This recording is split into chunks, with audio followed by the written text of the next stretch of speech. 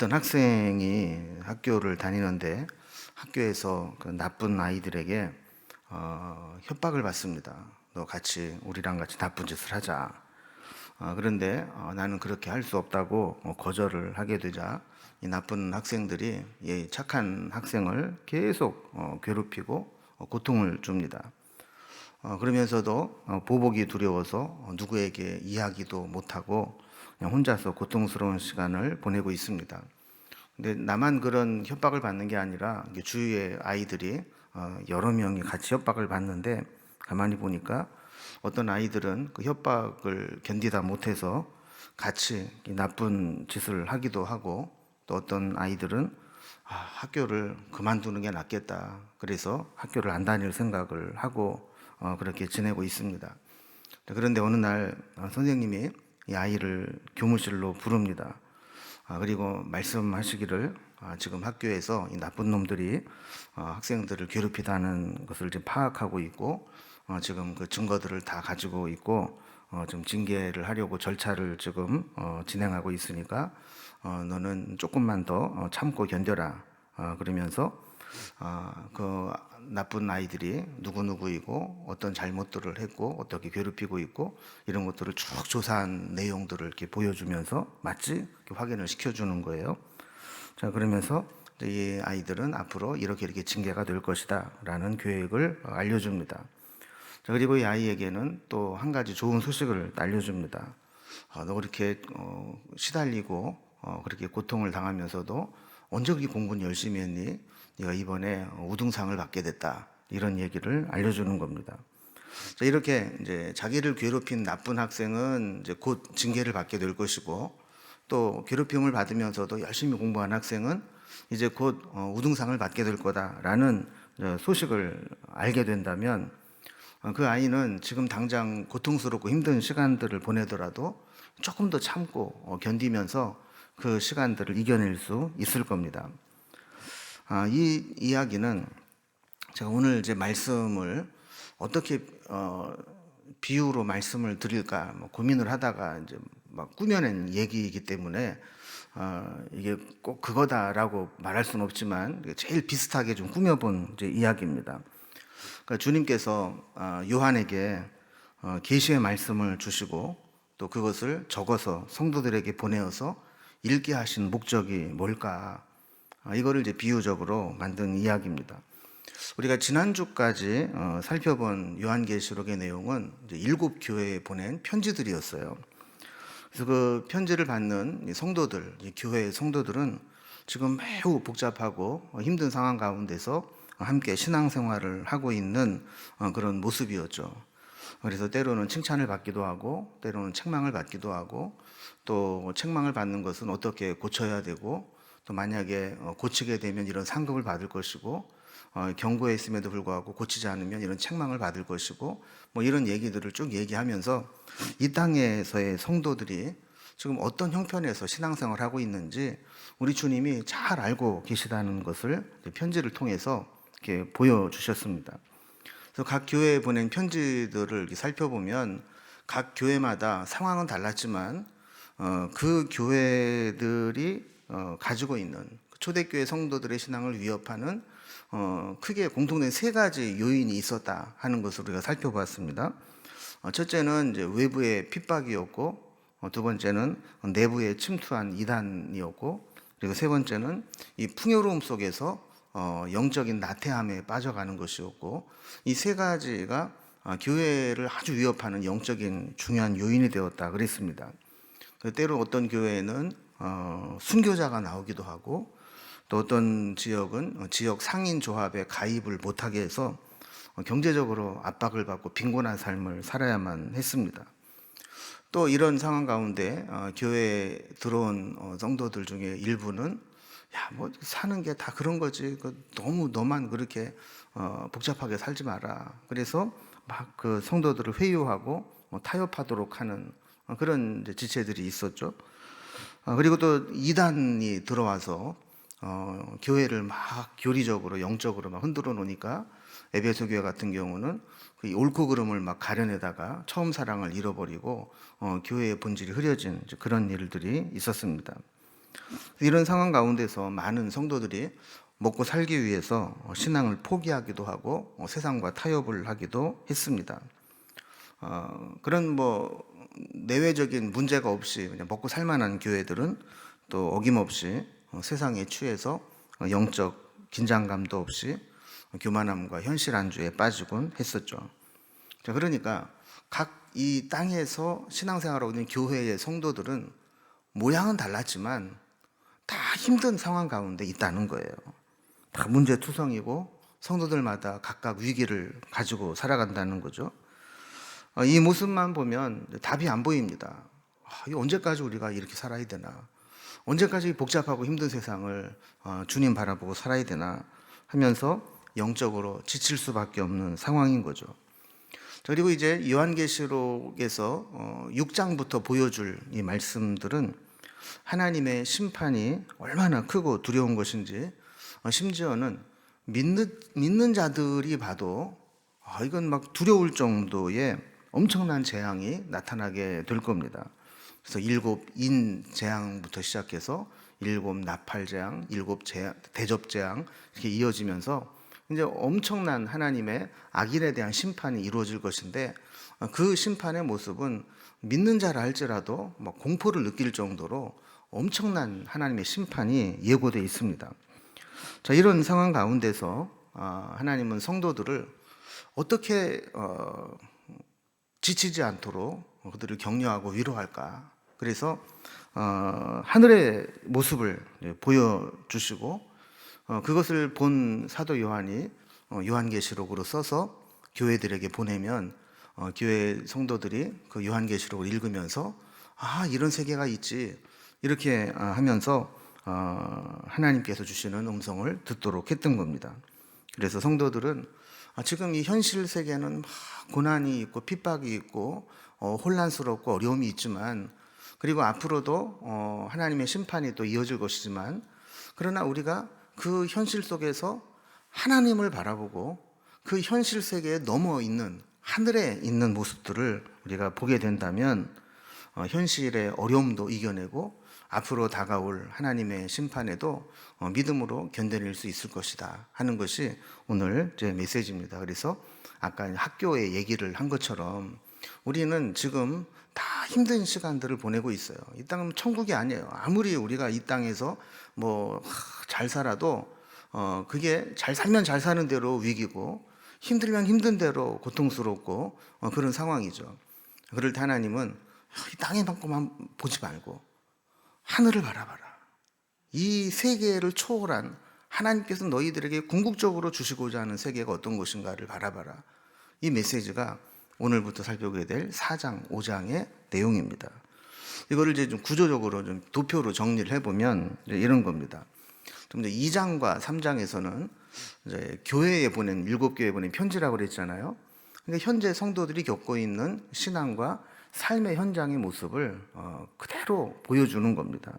그래서 이 땅에서의 교회의 모습, 이 땅에서의 성도들이 현실적으로 어떤 모습을 가지고 살아가는가 하는 걸 보여주는 거예요. 또 6장 이하에서는 장차 악한 세력들에게 임하게 될 심판의 모습입니다. 하나님께서 악한 세상을 심판하기 위해서 이제 아까 말씀드린 것처럼 인재앙, 나팔재앙, 대접재앙을 예고하고 계시는데, 그 심판의 모습을 지금 예고하고 있는 거죠. 그러니까 현실의 그 힘든 상황, 그리고 앞으로 하나님의 미래에 있을 심판, 그 사이에 4장, 5장에서 하나님은 현실 세계 위에 모든 것을 주관하고 계시는 하나님 나라의 모습, 이 하늘의 모습을 보여주시면서 이게 진짜 내가 너에게 보여주고 싶은 거다. 요한계시록을 통해서 내가 진짜 너희에게 하고 싶은 얘기가 바로 이거다 라는 메시지를 오늘 말씀을 통해 주고 계시는 겁니다. 그래서 이렇게 하늘의 모습을 본 자는 현재의 혼란스럽고 힘든 현실도 이겨낼 수 있는 것이고, 앞으로 닥칠 심판의 충격도 감당할 수 있기 때문에 이렇게 현실과 미래 사이에 하늘의 모습을 이제 보여주시는 것입니다. 이제 하나님께서 요한에게 보여주신 그 하늘의 모습이 어떤 것인지, 그 의미가 어떤 것인지 한 절 한 절 좀 살펴보면서 우리가 정리를 해보겠습니다. 자, 먼저 1절에 보면요, 2일 후에 내가 보니 하늘에 열린 문이 있는데 내가 들은 바 처음에 내게 말하던 나팔 소리 같은 그 음성이 이르되 이리로 올라오라. 이후에 마땅히 일어날 일들을 내가 내게 보이리라 하시더라. 그랬습니다. 자, 아까 2장과 3장은 우리 주님께서 각 교회에 보낸 편지들이라고 했잖아요. 그죠? 이때는 뭘 보여주신다기보다는 주님께서 마치 받아쓰기 하듯이 그 교회 편지에 내가 불러준 대로 받아 적어서 편지에 이렇게 이제 들은 것을 편지로 보낸 것이죠. 자, 그런데 이제 4장을 시작하면서 보면 2일 후에 내가 보니 그랬어요. 편지를 다 받아 적은 후에 뭔가 봤다는 거예요. 그래서 주님이 보여주신 것을 기록했다라는 거예요. 소리가 나는 것을 봤더니 하늘에 열린 문이 있어요. 그리고 요한에게 계시의 문이 열렸다는 것을 의미하는 것인데 그 열린 문 속에서 음성이 들려옵니다. 어떤 음성이 들려오느냐? 처음에 내게 말하던 나팔 소리 같은 그 음성이 이르되, 그러니까 처음에 나팔 소리 같은 음성으로 말씀하신 분이 계셨다는 거예요. 우리가 이제 전에 살펴본 1장 10절에 보면 거기에도 똑같은 말씀이 나와요. 주의 날에 내가 성령에 감동되어 내 뒤에서 나는 나팔 소리 같은 큰 음성을 들으니. 그러니까 나팔 소리는 아주 크고 확실하고 분명한 소리 아닙니까?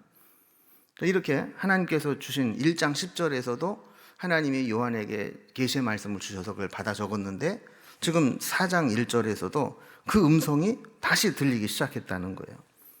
그 음성의 내용이 뭐냐? 이리로 올라오라. 이후에 마땅히 일어날 일을 내가 내게 보이리라. 그랬어요. 그럼 제일 중요한 거는 이리로 올라오라.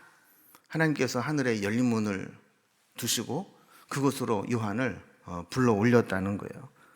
그래서 성경학자들은 이게 우리가 흔히 말하는 휴거처럼 들림 받았다는 게 아니라 몸은 이 땅에 있으면서 영적으로만 환상을 본 것으로 그렇게 해석을 합니다. 그리고 올라오라라는 것의 중요한 의미는 뭐냐면 물리적으로 위치적으로 땅에서 하늘로 올라갔다라는 게 아니라 아까 제가 말씀드린 것처럼 지금 이 땅에 교회가 처해 있는 어렵고 힘든 세계 속에서 이 땅과는 다른 하나님의 나라, 하늘의 영적인 세계를 보게 하도록 하나님이 초대하셨다라는 데 의미가 있는 거예요. 그러니까 여러분 옛날에 보면 내가 본 천국 그래서 그런 책도 나오고 간증도 테이프 돌아다니고 그랬잖아요.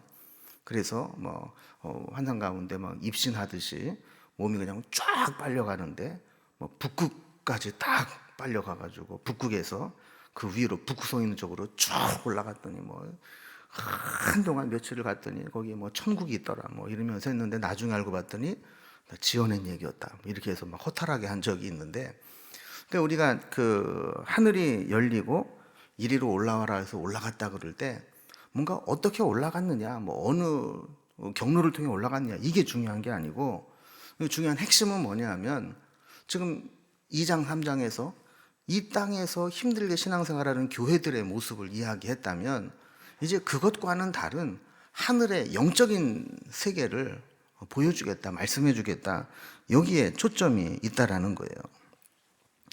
여기서 우리가 주님이 보여주시는 것을 보면서 보는 내용도 중요하지만 사실은 뭘 보여주시는지 보여주는 의도가 뭔지가 더 중요한 겁니다. 여러분 예를 들어서 제가 어떤 사진을 하나 가지고 와서 여러분에게 보여주면서 이 사진 잘 보세요. 사진을 보여드렸어요. 그러면 그 사진에 나무가 몇 그루 있는지, 땅이 어떻게 생겼는지, 거기에 호수가 있는지, 여러분 이거를 보는 게 중요한 게 아니잖아요, 그죠? 제가 만약 여러분에게 사진 하나 딱 보여주고 잘 보세요 그러면 보면서 여러분 뭐라고 어떤 생각이 딱 드시겠어요? 어쩌라고? 왜 보여주는데? 그 사진이 도대체 뭐가 의미가 있는데? 그런 생각이 딱 들 거 아니에요, 그죠?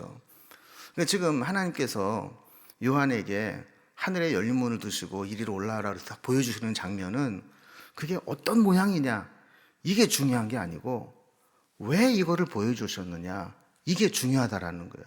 이걸 놓치면 안 된다는 겁니다. 그래서 여러분 사실 뭐 천국에 갔다 왔다 얘기했던 사람들 보면 뭐 꽃이 뭐 수를 헤아릴 수 없는 아름다운 꽃들이 쫙 펼쳐져 있고 막 갔더니 막 온통 문이 다 뭐 금이고 뭐 온갖 보석들 반짝반짝거리는 게 있고 뭐 이런 얘기 하는데 사실 그게 중요한 게 아니라는 거예요. 진짜 중요한 것은 왜 하나님께서 천국을 보여주셨느냐. 이게 중요하다라는 거죠.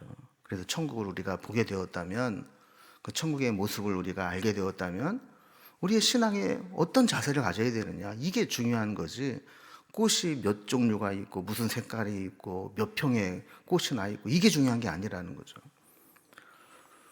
이렇게 해서 이제 요한이 이제 이 땅에 있는 교회에 대한 이야기를 듣고 난 후에는 하늘이 열리고 하늘을 이제 바라보게 됩니다.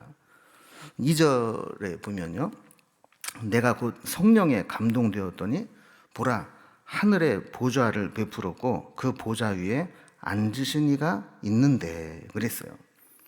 우리가 여기에서 우리 신앙에 아주 중요한 교훈을 하나 얻습니다. 그게 뭐냐면 내가 곧 성령에 감동되었더니.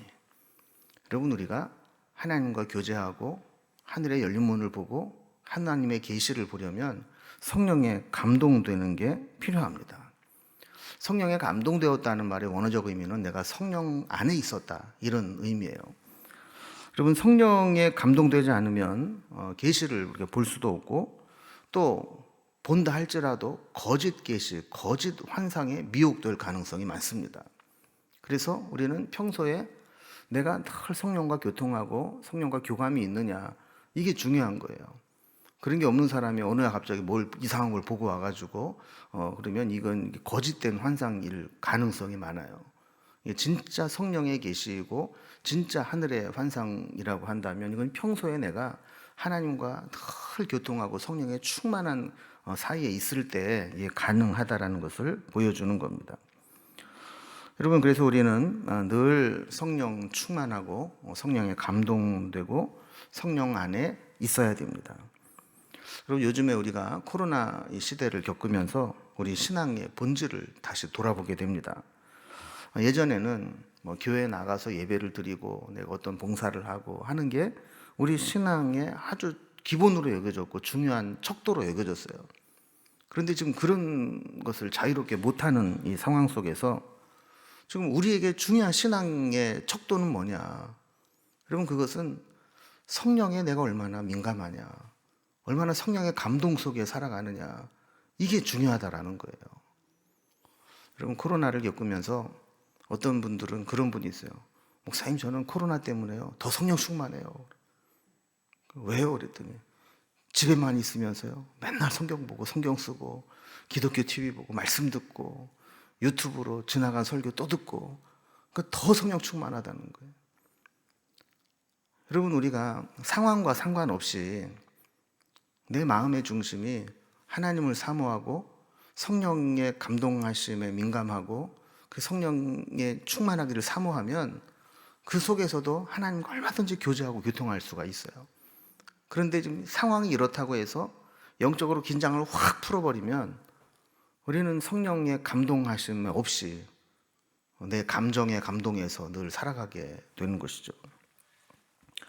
2절 이하에 보면 그가 본 하늘의 모습이 나옵니다. 여기 보면 하늘에 보좌가 있었다 그래요. 하늘에 보좌를 베풀었고 그 보좌 위에 앉으신 이가 있다 그러는데, 여러분, 이 보좌에 앉으신 이는 성부 하나님을 이야기하는 겁니다. 그런데 그가 처음 하늘을 바라보면서 그곳 속에서 본 게 뭐냐면 하늘의 보좌였고 보좌에 앉으신 하나님이셨어요. 여러분, 이게 왜 중요하냐면 지금 이 요한계시록을 처음 받아보게 될 성도들은 세상의 임금에 핍박을 받고 있어요. 로마의 황제로부터 황제 숭배를 강요당하고 있고 세상의 여러 우상 신전 앞에 가서 절하도록 강요받고 있어요. 그런 상황 가운데에서 거기에 동의하지 않아서 상인조합에 가입을 안 시켜주고 경제적으로 소외를 시켜버리고 사회적으로 매장을 시켜버리고, 이래서 신앙을 지키는 것 때문에 참 고통스러운 시간들을 보내고 있는 성도들에게 처음 본 게 보좌에 앉으신 하나님이라고 하는 것은 지금 누가 진짜 왕인지, 누가 진짜 보좌 위에 앉으셔서 역사의 주인이신지 이거를 기억하라라는 겁니다. 그래서 요한계시록에는요, 이 보좌라는 말이 46번이나 나와요. 이 얘기는 뭐냐면 지금 너희들이 살아갈 때 세상의 임금, 세상의 보좌에 앉아서 너희들을 힘들게 하고 세상을 호령하는 사람들이 진짜 왕이 아니라는 거예요. 요한은 그 보좌 위에 앉으신 이를 제대로 볼 수가 없었어요. 그래서 그가 본 이미지만 이야기를 했는데 3절에 보면 앉으신 이의 모양이 벽옥과 홍보석 같고 또 무지개가 있어 보좌에 둘렀는데 그 모양이 녹보석 같더라 그랬어요. 보면 뭐 벽옥과 홍보석 같고 주변에 무지개가 둘렸고 녹보석 같았다 그랬어요. 그러니까 하나님은 이 세상에서 가장 값진 보석과 같은 거라는 거죠. 그러니까 아마도 하나님의 형상을 봤을 때 너무 빛나서 정확히 어떤 것을 그리지 못한 것 같아요. 근데 이게 중요한 게 뭐냐면 거기에 보좌에 무지개가 둘렸다는 거예요. 그럼 무지개는 하나님의 언약을 상징합니다. 그래서 노아의 홍수 이후에 하나님이 무지개를 주시면서 다시는 물로 세상을 심판하지 않고 인류를 멸망시키지 않겠다 하는 언약의 증표로 무지개를 주시지 않습니까? 그러니까 하나님께서 지금 이 보좌 위에 무지개를 두셨다라고 하는 것은 주를 믿는 자는 이 무지개 언약을 붙잡고 살아가게 될 때 앞으로 이제 아까 말씀드린 것처럼 6장 이후에 하나님의 엄청난 악인들에 대한 심판이 이루어지게 되는데 그 심판 속에서도 그 무지개 언약을 붙잡고 사는 자들에게는 하나님이 멸망하지 않겠다는 약속을 지키시겠다는 거예요. 4절에 보면 그 보좌에 둘려 24 보좌들이 있고 그 보좌들 위에 24 장로들이 흰 옷을 입고 머리에 금관을 쓰고 앉았더라 그랬어요. 하나님의 보좌가 있고 하나님의 보좌 주변에는 뭐가 있었냐면 24 장로가 24 보좌에 앉아 있었다는 겁니다. 근데 보니까 그 장로들은 흰 옷을 입고 있었고 머리에는 금관을 쓰고 있었다 그랬어요. 이 흰 옷이라고 하는 것은 의의 옷입니다. 그리스도의 보혈로 정결함을 입은 의의 옷이에요. 또 머리에서 금관을 쓰고 있었다 그러는데, 그러면 성경에서의 관은 크게 두 종류의 관이 있습니다. 하나는 자신의 노력이나 성취가 없이도 왕의 아들에게 세습되는 왕관이 있잖아요. 이거를 디아데마라고 그래요. 여기에 비해서 어떤 싸움이나 경쟁이나 경주에서 승리하고 이긴 자에게 승리의 대가로 주어지는 면류관이 있잖아요. 이거를 스테파노스라고 그래요. 그래서 스데반이라는 이름도 그런 면류관 이런 뜻이거든요. 그러니까 여러분, 이 디아데마가 좋아요? 스테파노스가 좋아요? 좋기는 왕관이 좋죠. 그런데 의미로 보면 스테파노스가 좋은 거죠. 뭔가 내가 왕자기 때문에 그냥 자동적으로 받는 세자 책봉 받아서 왕이 되는 그런 왕관이 아니고 내가 뭔가 수고하고 승리해서 얻는 승리의 감격이 있는 게 이 스테파노스 아닙니까? 근데 여기에서 24 장로들이 쓰고 있는 금관이라고 할 때 그 관이 스테파노스라는 말을 쓰고 있어요. 이 얘기는 뭐냐면 이 세상에서 믿음을 끝까지 지키고 영적인 싸움에서 승리한 자들, 그들에게 주님이 주신 그런 금 면류관이었다라는 거예요.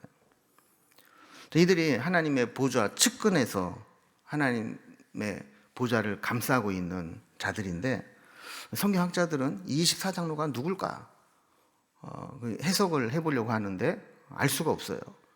크게 이제 둘 중에 하나로 해석이 되는데, 하나는 아마 이게 하나님을 섬기는 천사장일 것이다. 근데 그렇게 한다고 본다면 믿음의 승리를 거둔 자라고 하는 게 또 적용하기가 또 좀 어렵죠. 그래서 만약에 그러면 구약의 12지파 또 신약의 12사도를 대표되는 우리 구원받은 성도들의 대표자들일 것이다, 이렇게 보기도 합니다. 어쨌든 하늘에는 장로가 있을까요, 없을까요? 하나님 나라 가서 목사 장로가 뭐 있겠어요? 거기는 그런 거 없다고요. 하나님의 자녀들이고 다 그렇지. 그런데 어쨌든 사도 요한이 설명할 길이 없으니까 이 땅에 있는 개념으로 설명을 하다 보니까 24장로라고 어쨌든 이제 이야기를 한 겁니다. 자, 이렇게 보좌에 하나님이 있었고 하나님 보좌 주변에 24장로들이 있었다. 5절에 보면 이제 보좌로부터 번개와 음성과 우레소리가 나고 보좌 앞에 켠 등불 7이 있으니 이는 하나님의 7 영이라. 요한이 이 환상을 본 것 중에 하나가 성령님도 거기서 본 거예요. 그래서 번개와 음성과 우레소리가 나는 보좌 앞에 켜 있는 7 등불을 보았는데 그 7 등불이 성령님이라는 거죠. 전에도 말씀드렸지만 7 등이라고 하는 것은 등이 7개가 있다는 게 아니라 7은 완전수, 완전한 영이니까 성령님이죠.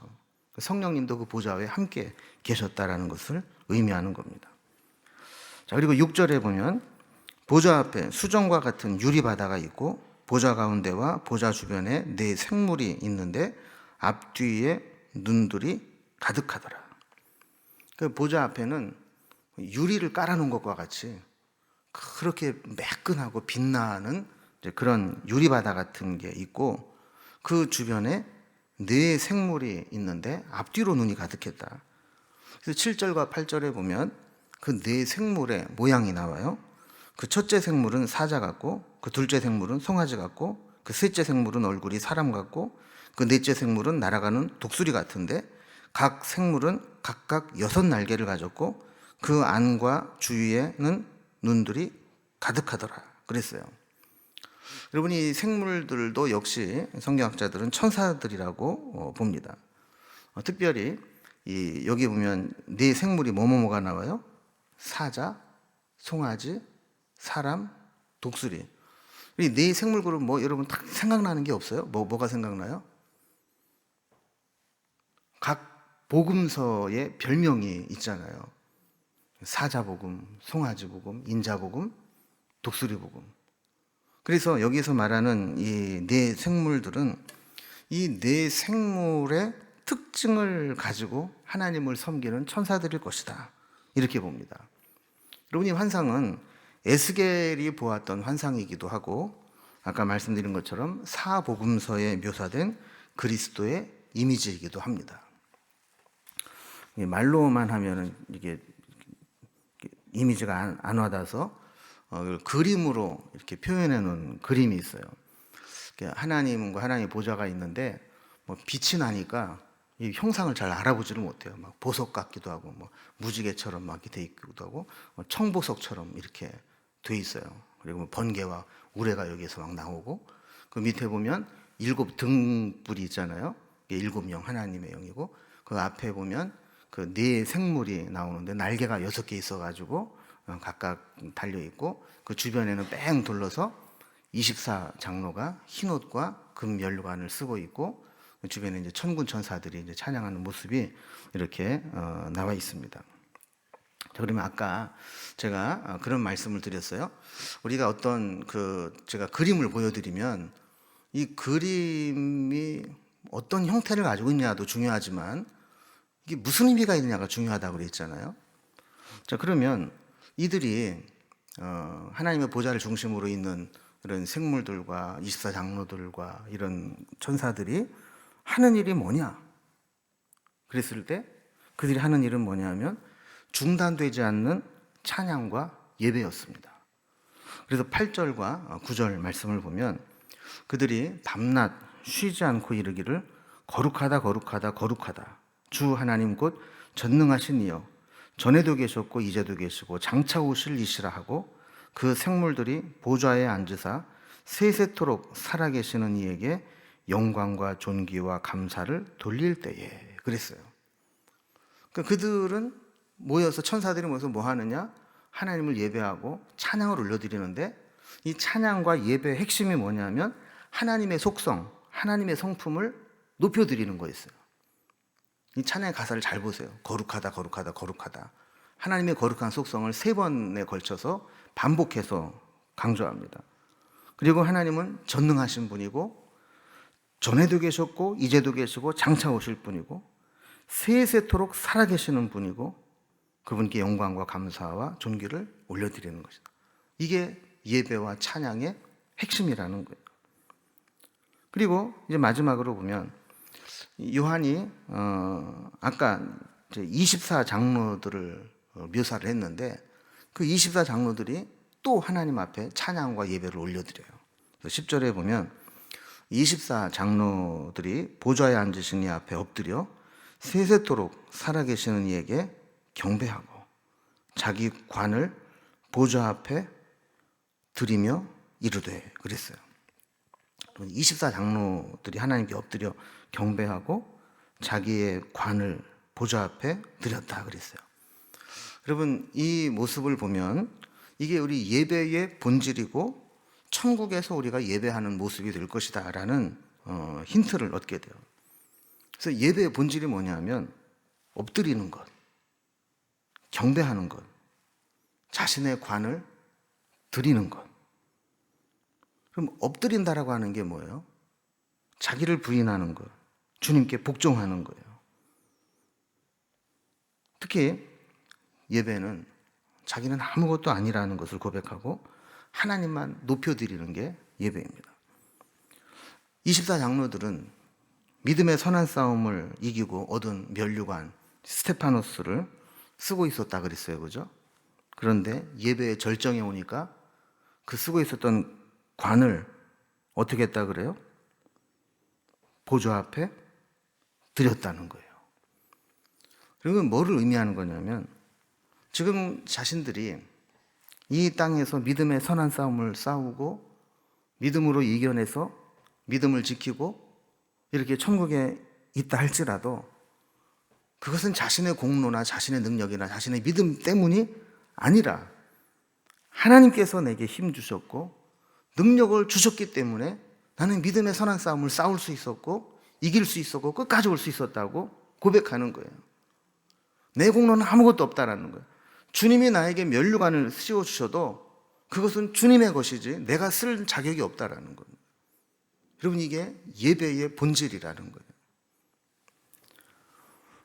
저는 여기에서 우리 상급과 천국에 대한 힌트를 좀 얻었어요. 그럼 뭐냐면 우리가 천국에 대해서 천국이 어떤 곳일까를 생각을 해보잖아요. 그러면 여러분, 우리가 이제 주님 앞에 심판을 받고 천국에 들어가면 상급이 있을까요? 없을까요? 없어요? 그럼 신앙생활 열심히 할 필요가 뭐가 있어요? 그냥. 근데 이제 우리가 이제 그런 생각을 하죠. 하나님은 공의로우신 분이고 우리의 뭐 행위를 심판하시고 행한 대로 갚으시고 뭐 그러면 우리에게 상급이 있겠죠, 그죠? 그런데 어떤 분들이 옛날에 그런 얘기했어요. 갔더니 어떤 사람 뭐 금면류관을 쓰고 있고 어떤 사람 뭐 개털 모자를 쓰고 있고. 근데 그럼 이제 어떤 모순이 생기냐면, 야, 이 땅에서도 우리가 비교당하고 열등감 가지고 살았는데, 그럼 천국에 가서도 누구는 금면류관 쓰고 뽀개고 다니고, 누구는 개털 모자 쓰고 부끄럽게 살고 그러면 그게 무슨 천국이냐? 뭐 이런 생각이 들잖아요, 그죠? 천국은 어떤 곳일까? 그럼 그런 상급이 없을까? 상급이 있다면 천국도 그렇게 비교당하고 살아야 되는 것인가? 여러분, 그럴 때 이제 이 본문을 보면 우리가 이제 그런 힌트를 얻을 수 있는 거죠. 상급은 있을 수 있겠다. 주님이 또 약속하신 게 있으니까. 그러나 중요한 것은 그 상급을 받기는 받지만 그 상급조차도 24장로들이 다 예배의 절정에 보좌 앞에 다 벗어들이듯이 우리는 그걸 가지고 뻐기고 뭐 금면류관 받았다고 뭐 자랑하고 이러고 사는 게 아니고 그것조차도 하나님 이건 내게 아닙니다. 나는 받을 자격이 없습니다. 이 영광은 주님이 받으시는 거 다 내어드린다는 거죠. 성경에 그런 얘기가 없으니까 그냥 저 혼자 생각을 한 거예요. 괜히 시비 걸지 마세요. 천국에서 드리는 예배, 천국에서 삶은 이럴 것이다. 성경이 없으니까 저도 그냥 나름대로 고민하다가 생각해 본 거예요. 자, 24장로들의 찬양 내용이 이제 11절에 나옵니다. 11절에 보면, 자, 우리 주 하나님이여 영광과 존귀와 권능을 받으시는 것이 합당하오니 주께서 만물을 지으신지라 만물이 주의 뜻대로 있었고 또 지으심을 받았나이다 하더라. 다시 한번 하나님께 자신의 관을 벗어드리면서 영광과 존귀와 권능을 받으시는 것이 합당합니다. 이 얘기는 우리는 합당하지 않습니다. 하나님만 합당합니다. 그리고 만물이 주께서 지으신 것이고 주의 뜻대로 있었고 또 지으심을 받은 것입니다. 이렇게 찬양을 올려드렸어요. 자, 그러면 이제 다시 정리를 해봅니다. 여러분, 하나님께서 이 사도 요한에게 이 천상의 모습, 천국의 모습을 보여주시면서 우리 오늘 보여주신 게 크게 두 가지입니다. 중요한 게 하나는 하나님의 모습이고 또 하나는 예배의 모습이에요. 그러면 그 모습을 어떻게 생겼느냐를 아는 것도 중요하지만 왜 그걸 보여주셨냐가 중요하다고 그랬잖아요. 그죠? 그럼 왜 하나님께서 이 사도 요한에게 하늘의 열린 문을 통해서 계시를 주실 때 하나님이 어떠한 모습으로 어떤 분인지 그리고 그곳에서 어떤 예배가 드려지고 있는지 이거를 왜 보여주셨을까요? 천국의 화려함과 아름다움, 웅장함과 영광스러움도 많은데 하나님께서 굳이 딱 두 가지만 강조해서 하나님이 어떤 영광 중에 계시는지 그리고 그 주변에 있는 모든 이들이 어떤 예배를 드리는지 이거를 강조해서 보여주신 이유가 무엇일까요? 그것은 이 땅에서 우리가 힘든, 혼란스럽고 고통스럽고 힘든 이 세상을 살아가면서 우리가 적어도 이 두 가지는 절대로 놓치지 말고 붙잡고 살아가야 된다는 겁니다. 그게 뭐예요? 하나님이 어떤 분이신가? 그리고 우리에게 예배가 어떤 의미가 있는가? 하나님이 어떤 분인가를 우리는 늘 기억하고 살아야 되고 예배를 통해서 하나님과의 교제가 끊어지지 않아야 된다는 겁니다. 아무리 이 세상이 흉흉하고 복잡하고 힘들고 괴로워도 우리가 끝까지 하나님을 바라보고 또 이 세상을 이길 힘을 얻는 것이 바로 예배입니다. 그래서 우리가 예배에 실패하면 우리는 영적 싸움에서 이길 수가 없습니다. 영적 싸움은 한 번 해서 이기면 끝나는 게 아닙니다. 주님 오실 때까지 지속적으로 해야 되는 싸움입니다. 그런데 이 영적인 싸움에서 마지막까지 밀리지 않고 끝까지 이겨내는 비결은 예배에 있다는 거예요. 그래서 우리는 예배에 실패하면 안 됩니다. 예배가 회복되어야 되고 만약에 혹시 지금 내 예배가 잠들어 있거나 내가 예배를 통해서 은혜 받지 못하게 되는 뭔가 걸림돌이 있다면 이것은 어떤 대가를 지불하고서라도 그 걸림돌들을 제거하고 예배를 통해 하나님의 은혜를 받는 통로가 막히지 않도록 만들어야 된다는 겁니다. 예배를 통해 우리는 다시 성령의 감동하심을 받고 말씀의 인도함을 얻고 하늘의 계시를 볼 수 있어야 됩니다. 요한이 하늘로 올라가서 천상의 예배를 경험했듯이 우리도 예배를 통해서 마치 천상의 예배처럼 예배의 감격과 예배의 감동이 회복되어야 합니다. 여러분, 이 땅에서의 예배는 그래서 완전한 승리의 개가를 부르는 예배만은 아니에요. 이 땅에서의 예배는 때로 아직 남아있는 영적인 싸움에서 이길 수 있는 힘을 공급받기 위한 예배예요. 그러나 천상에서 마지막 천국에서 드릴 예배는 모든 싸움을 다 이긴 후에 승리의 개가를 부르는 승전가를 부르는 승리의 예배가 되는 겁니다. 그래서 우리는 그때 천국에서 예배를 바라보면서 이 땅에서 영적 싸움에서 지지 않도록 하나님을 바라보고 예배를 통해서 하나님을 경험하고 은혜를 공급받아야 된다는 겁니다. 여러분, 저는 우리 공동체가 이런 예배의 감격과 감동과 회복이 있는 공동체가 되기를 바랍니다.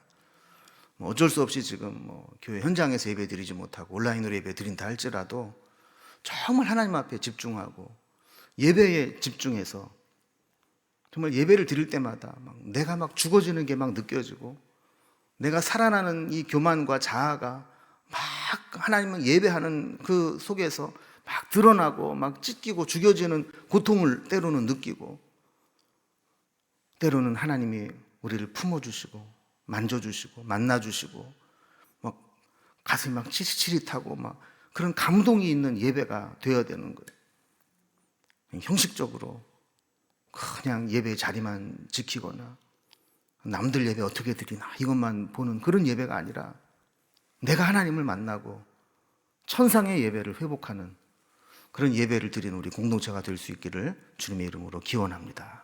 기도하겠습니다.